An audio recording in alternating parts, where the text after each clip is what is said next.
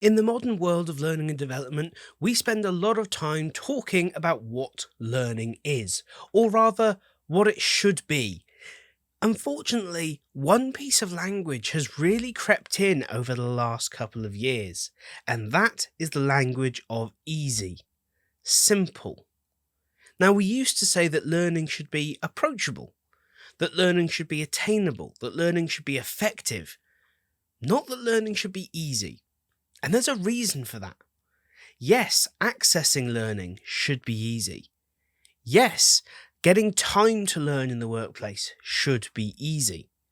But learning itself is not easy. Learning is inherently a process that is challenging. That's what makes learning, well, learning. There's actually a theory or a principle that embodies this, and it's called desirable difference. I spoke about it once before on the Ideas podcast, but today I thought we'd take a slightly deeper dive into what it is and how we can use it as instructional designers to make effective learning experiences.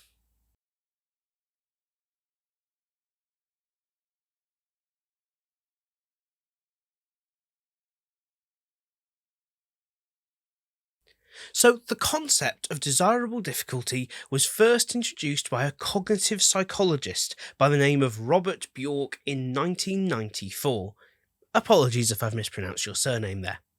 Now, he argued that when learning is challenging, it forces our brains to engage in deeper processing.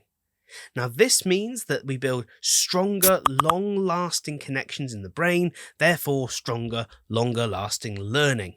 Now, this idea has been supported by a whole range of studies that followed it, including a 2012 study by researchers at the University of California, which found that students who learned material that was slightly more difficult than what they were initially capable of performed better in tests than students who learned material that was easier or much harder than what they were capable of. And what that really highlighted was just being difficult is not what we're talking about here. It's not that we want to create learning that is incredibly challenging all the time. Thus the name desirable difficulty. It's about finding the balance between not giving people stuff that's so easy, they don't really pay attention, they don't really take it seriously, they don't really engage with it, whilst not giving people something so challenging, so difficult to overcome that they inevitably just give up.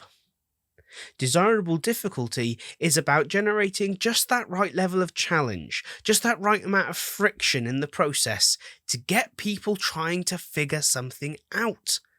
To spark that kind of problem solving bit of our brains that we live for using but so rarely get to use in the modern world because of our obsession with easy. Now, I'll put links to the research down in the description of this video, but what I really want to focus on is how we, as instructional designers, can think about desirable difficulty and how can we design for it.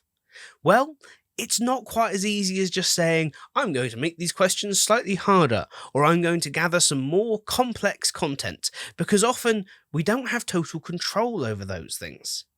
Ultimately, the content or the outcome you're trying to achieve is going to be driven by the business in which you work, not by your desire to create desirable difficulty. The same can potentially be true of assessment questions, though they can be used to generate this. In some scenarios, especially around highly regulated organizations or certain areas of compliance, you may have a set list of questions you must ask for the assessment. Now, setting aside that this is just a colossally bad idea, it does limit you in terms of what you can do in the real world. We can't win every battle every time. But here are 5 things you can do to help generate desirable difficulty within your learning experiences. First, ensure you are using a variety of delivery methods. Nothing is more boring and therefore easier to just sit through than a whole series of videos, or animations, or podcasts, or books, or PDFs, or click and read e learnings. Variety is the spice of life, and within variety, we find points of friction. Whether that's you love lectures but struggle with more self directed learning, or whether it's the reverse. Perhaps you absolutely love getting up at 3 a.m. and going through a couple of pieces of e learning or doing some self directed research, but going to a lecture and taking detailed notes for an hour is a real challenge for you. Now, those modality based challenges can really help add a little bit of friction just to get people challenging themselves, pushing themselves. We can't always learn from our preferred modalities. They may not be available on a practical level, and sometimes they may not be suitable. I love to learn by reading from books. Real books, not ebooks. Ebooks don't count. I'm sorry, they just don't. I love to learn from books.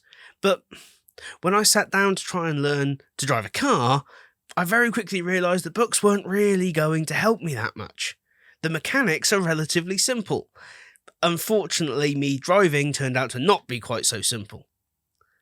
I couldn't learn from my preferred modality and I struggled, but I learnt a lot from that struggle. I'm a better learner now because of that friction of having to adapt to a modality that wasn't my first choice all the time. I could still learn my theory from books, I could still occasionally look stuff up when I wasn't sure, but what I couldn't do was rely solely upon it.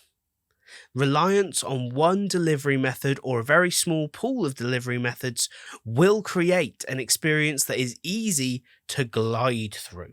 By mixing modalities, you can create that little bit of friction, that little bit of desirable difficulty that pushes people to become better learners. Second, introduce new and novel pieces of information to your learners as often as you can. You may be doing a reflection exercise, you may be doing an assessment exercise, you may be recapping something you covered a week ago. Doesn't mean there's not an opportunity to introduce some little nugget, some extra little bit of information that they aren't expecting. Some little surprise, some little, hey, did you know moment. Perhaps it's a little bit of insider knowledge, experience-based as opposed to process-based. Whilst the process says this, occasionally when this happens, the best way to solve the problem for the customer is actually to do this. That kind of information creates that little bit of friction, not only between the expectation of this exercise and the reality, but also potentially by providing two slightly conflicting pieces of information. Now, you always want to be careful when doing this, but we all know that there's this gap between the on-paper process and the real-world application. Having just learned the paper-based process, having someone just drop a little bit of the real-world process on top of you could be really helpful. Third, and this is where we go back to quizzes and assessments, but it's really important that we understand we're not talking about 5 multiple choice questions at the end of a piece of e-learning.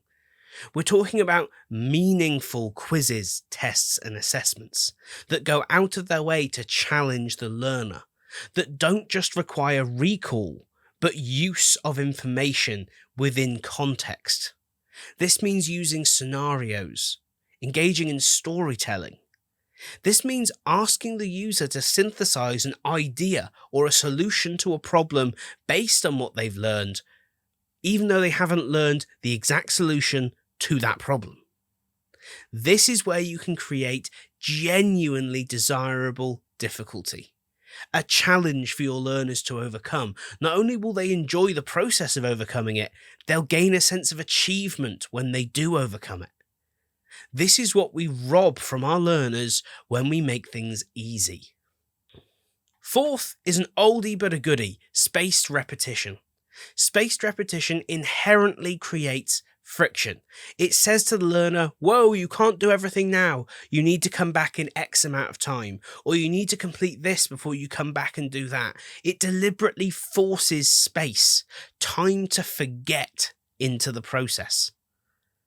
Therefore, the learner must either forget or engage in that slightly friction-based exercise of practice, of discovering the context in which their learning now sits, in applying their skills, in synthesizing new ideas and approaches to problem solving based on everything they've learned in the real world.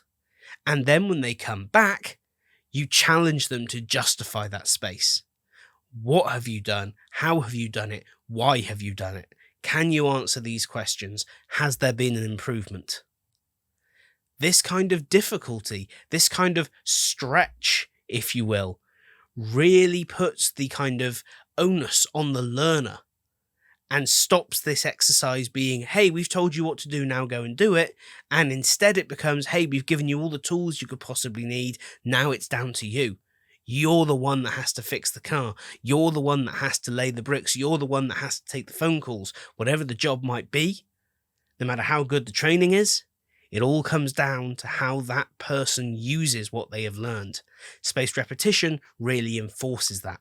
Finally, number 5, provide learners with opportunity to practice and apply what they have learned in real world scenarios. Now, this is slightly different to spaced practice in that you actually design it into the learning experience. This could be a buddy system. This could be observations and coaching.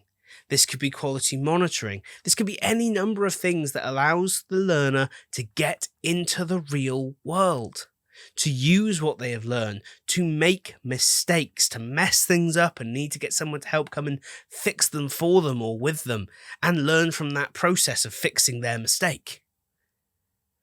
This is a really high friction approach. Putting someone in at the deep end on day one is probably a universally bad idea, but if someone's got a grip after a couple of weeks or a week, they're feeling confident, why on earth wouldn't you allow them to start contextualizing their learning as early as possible? Role plays and simulations are great, but they will never live up to the real thing. The variety of real customers, real interactions, real problems to solve can never be captured by us as instructional designers, or anyone else for that matter, in the worlds of scenarios, simulations, and quizzes. There is no substitute for reality. So as you can see, desirable difficulty is a powerful concept in the field of workplace learning. By creating a challenging environment, we not only make our learners better learners, but we also make them better employees. Perhaps on a certain level, we make them better people. There's quite a close link between those who learn to learn well and those who learn to think critically. Imagine how the world might be different if more people were able to think critically when they read something online, on social media, or in the papers, or saw something on the news. It's the kind of skill that if you go out of your way to teach critical thought and analysis, no one's going to sign up for that course, or very few people will sign up for that course. But by engaging your audience with desirable difficulty, this becomes second nature. They will become stronger thinkers. They will become better problem solvers. They will learn quicker and better. They will retain more. But most importantly, they will be better equipped to use what they have learned in the real world. They will perform better in their job role. And that is the single most important thing we can deliver for businesses. I hope you found this video useful. If you did, please consider giving it a thumbs up, and if you haven't already, subscribe to the channel. Please do let me know down in the comments what you're taking away and how you create desirable difficulty in your learning experiences.